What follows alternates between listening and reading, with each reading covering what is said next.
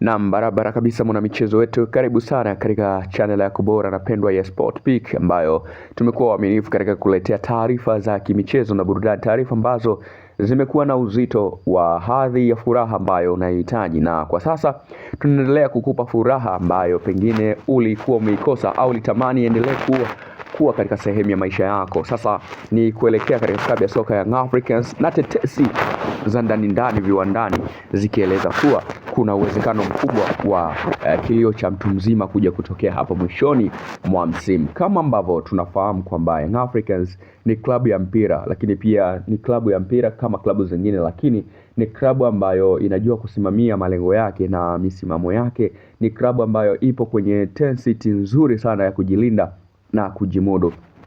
Miongoni mwa taarifa ambazo tupo nazo siku hii ya leo ni pamoja na udhibiti wa Young Africans kuweza kudai alama za mezani juu ya Simba Sports Club kuhusiana na kile ambacho kilitokea katika michezo kadhaa ya Simba, ambapo kuna baadhi ya mechi hazikuonekana kuwa vizuri zaidi, hazikuwa na ushawishi, lakini pia haki haikutendeka. Pengine ndio bodi ya masaa 72 kuweza kupiga nyundo na kuweza kuangalia usawa na mustakabali mzima wa klabu hizo. Ndio maana kuna mambo mengi yamekuwa yakifanyika humo na kila mmoja amekuwa akiyaona kwamba hayana mustakabali mzuri na hayafahamiki kwenye ubora ambao timu kama timu ilipaswa kusimamia. Ni mambo ambayo kimsingi sana yanahitaji kuwa na hekima na busara kuyapata au kuyalinda, kwa sababu yamekaa kwenye mifumo ya mitego ambayo haiwezi kuwa na afya kwenye mpira wetu wa Tanzania. Nitakupa mfano katika mechi ambayo ilichezwa ya NBC Premier League kati ya Simba dhidi ya Dodoma Jiji, mchezo wa mkondo wa pili wa ligi kuu, mara baada ya Simba kushinda 1-0, mchezo ambao ulichezwa kwenye intensity nzuri, kila mmoja alimheshimu mpinzani. Simba alikuwa akishambulia, lakini Dodoma Jiji walicheza kwenye structure yao, walicheza kwenye muundo mzuri sana wa kuzuia na mfumo mzuri wa kushambulia, lakini isivyokuwa bahati kwenye makosa ya waamuzi ndio ambayo yaliamua goli la Clatous Chota Chama, goli la Elie Mpanzu kuwa chuma, lakini haikuwa goli halali, kwa sababu wakati Elie Mpanzu kwanza ana dribble kuingia kwenye penalty box kwenda kuchukua au kwenda kushambulia, tayari tulishuhudia kasoro moja ambayo ilitokea pale, kwa maana ya Elie Mpanzu mwenyewe alitaka kumpiga chenga golikipa, ambapo kipa alibidi auchukue mpira au pangue ule mpira Elie Mpanzu kwenda chini, akaweka ni penalty. Lakini pia baada ya penalty kwa inapigwa, katika video inatuonesha kabisa Elie Mpanzu alikuwa katika eneo la kuotea, eneo ambalo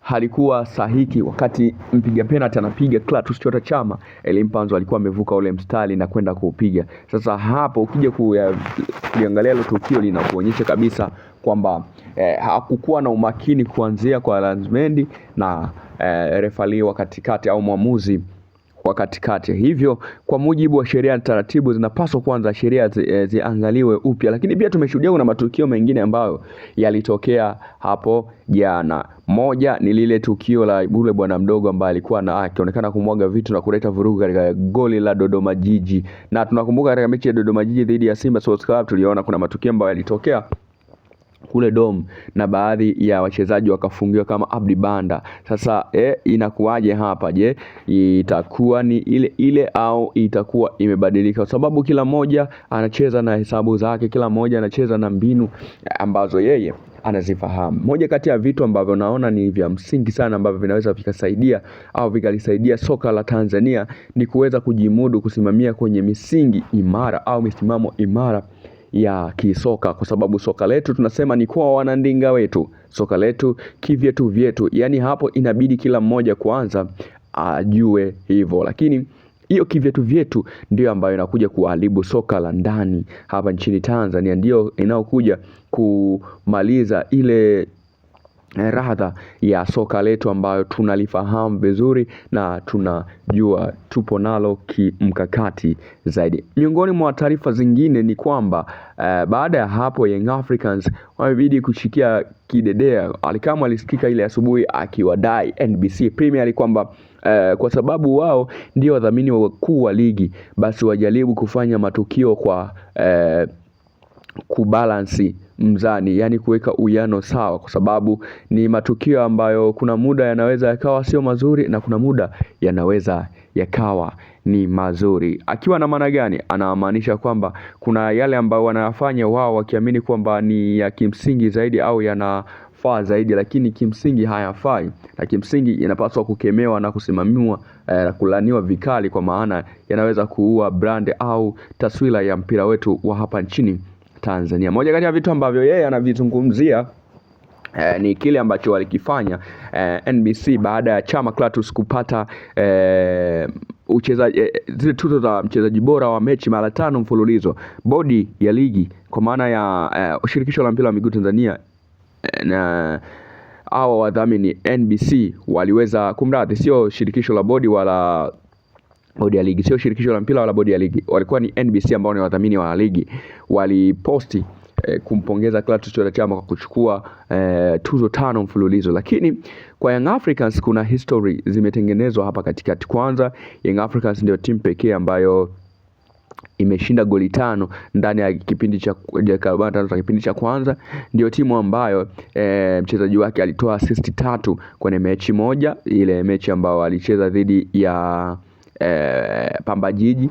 Ndio Alan Okello pia ndio mchezaji ambaye kwenye michezo mitatu amefunga goli 6, alipaswa kupongezwa. Lakini pia ndio mchezaji ambaye amefikisha goli 9 kwenye dirisha dogo la usajili, alipaswa kupongeza. Lakini hivyo havikutokea. Ni mambo ambayo kimsingi ukiweza kuyafikiria unaona kabisa there is no any balance of response kwa wadhamini wa ligi ya NBC, na hivyo inaweza ikachochea hasira na ikaleta hasira pia kwa wazawa au wageni, kwa maana ya wanaotazama soka la Tanzania. Ikumbuke hapo bado timu imetoka nchi imetoka na mazonge baada ya ujio wa beki bora kabisa kitasa kutoka kule Uingereza na kutoka katika klabu ya Manchester United zamani. Hapo namzungumzia Rio Ferdinand, lakini pia namzungumzia team captain wa timu ya taifa ya Uingereza na team captain wa timu ya Manchester United bwana Rio. Na hivi ndivyo ambavyo aliweza kuonyesha namna gani yeye ni beki wa kisasa, ni beki ambaye